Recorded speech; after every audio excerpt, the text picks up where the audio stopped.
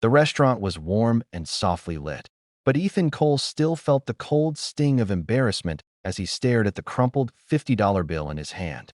It was all he had, everything left after rent, groceries, and his daughter's school supplies. And as he sat alone at a table meant for two, he wondered if he'd made a mistake coming here at all. That he kept thinking, what am I doing? I shouldn't be here. I can't afford this. Yet he showed up anyway, because somewhere inside him, he still believed in second chances, in love, in the small miracles life sometimes hides in ordinary moments. And as the narrator might say, the story reminds us that kindness still matters.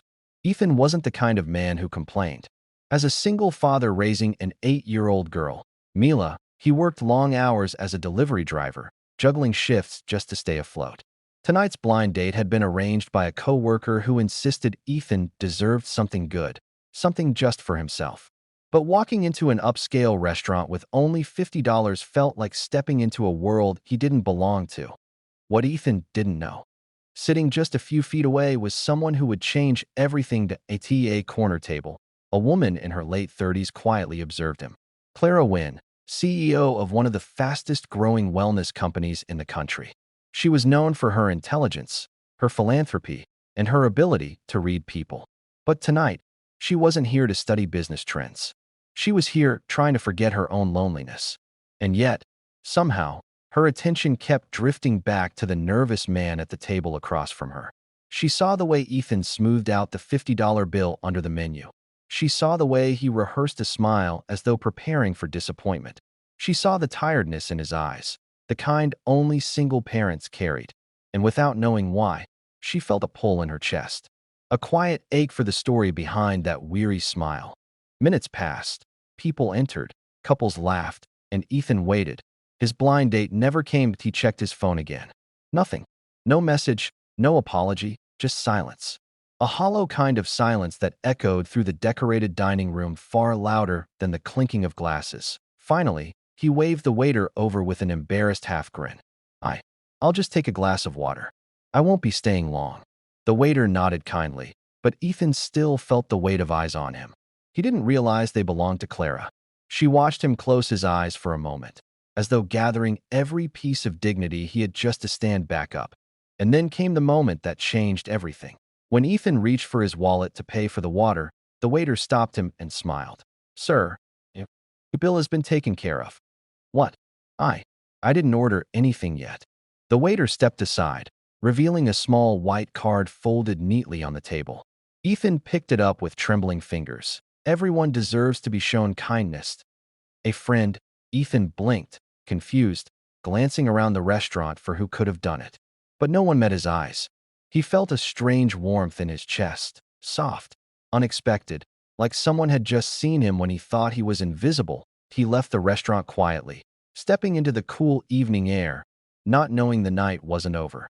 Across the room, Clara remained seated, watching him disappear through the door. And in that moment, she felt something she hadn't felt in years, an urge to act without overthinking, to follow the pull of her own humanity. The next day, Ethan walked Mila to her school bus, trying to hide the sadness he carried. Sometimes adults make plans and forget, he told her gently, trying to keep her from worrying. But Mila only squeezed his hand and said, Dad, you're the best date anyone could ever have. He smiled. It was small, but it was real. Then came the twist that a black sedan pulled up in front of Ethan just as he turned to walk home. A woman stepped out, Clara Wynn, dressed in a refined yet simple suit. Ethan Cole, she asked. He froze. Yes? Did I deliver to you recently? She shook her head softly. No, but I was at the restaurant last night. Ethan's stomach dropped. I'm sorry if I made anything awkward. She smiled. You didn't, but I wanted to speak with you. You remind me of my father. He raised me alone too. Ethan blinked, unsure how she could know anything about him. I saw you waiting, she continued. I saw how you carried yourself, with dignity even when you were hurting. Not many people do that anymore. Ethan didn't know what to say. Clara took a breath. I run a foundation that helps single parents with childcare, job opportunities, and housing support. I want to help you, Ethan. Not out of pity, but out of respect. You're the kind of person who deserves a break. For the first time in a long time, Ethan felt his chest tighten, not from fear or stress, but from something like hope. But before he could respond, Mila came running from behind him, her backpack bouncing, her face glowing with curiosity. Clara knelt down and introduced herself kindly, speaking to Mila with the warmth of someone who genuinely cared. And in that small moment, watching the two of them, Ethan felt something shift inside him. A sense of possibility replaced the endless weight he'd been carrying for years. Clara didn't just offer him support. She offered him a fresh start, that a chance to rebuild his life, that a moment of compassion that began in a restaurant where he thought no one saw him. In the months that followed, Ethan's life transformed. He received better work opportunities, affordable childcare, and support from Clara's foundation. Mila flourished.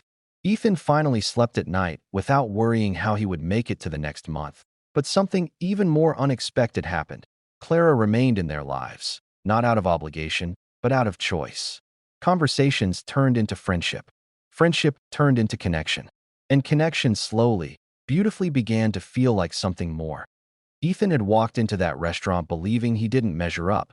But kindness has a way of finding those who least expect it. Sometimes a simple act, paying for a stranger's water, can change the course of two lives. Sometimes the people watching us silently are the ones who will help lift us higher. And sometimes the love we think we don't deserve ends up becoming the love that finally heals us. And so the story ends with a simple truth. When kindness meets humility, miracles happen. You never know who's watching or how your quiet strength might inspire someone who has the power to change your life forever.